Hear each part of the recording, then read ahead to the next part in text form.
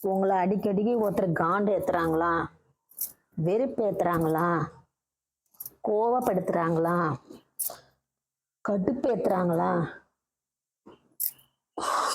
ரொம்ப வெறுப்பா இருக்கா உங்களுக்கு, கோவமா இருக்கா, கடுப்பா இருக்கா, ஆத்திரமா இருக்கா, அப்படி கத்தியால குத்தணும் போல இருக்கா? நான் ஒண்ணு சொல்லட்டுமா? அதை செய்யறீங்களா?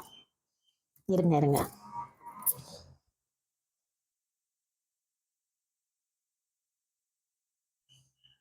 என்ன பதில் சொல்லலைன்னு ரொம்ப ஆவலா இருக்கீங்க போல இருக்குது.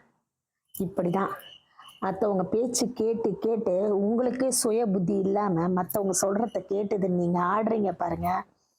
அதனாலதான் வந்தது இந்த வார்த்தைகள் மற்றவங்க கிட்ட இருந்தது. எப்பவுமே நீங்களாவே முடிவா சுயமா சிந்திங்க. நல்லது நினைங்க, நல்லது நடக்கும். முக்கியமா மௌனமா இருங்க. யார் கோவப்படுத்தினாலும் ஆத்திரப்பட்டாலும் பட வச்சாலும் அமைதியா போங்க. பொறுமையா போனனா, அமைதியா போனனா, அதைய சிரிச்சுட்டே போனனா, நம்மளை வெறுப்பேத்தினவங்க அவங்களே வெறுப்பாயிட்டு போயிடுவாங்க. இதுதான் உண்மை.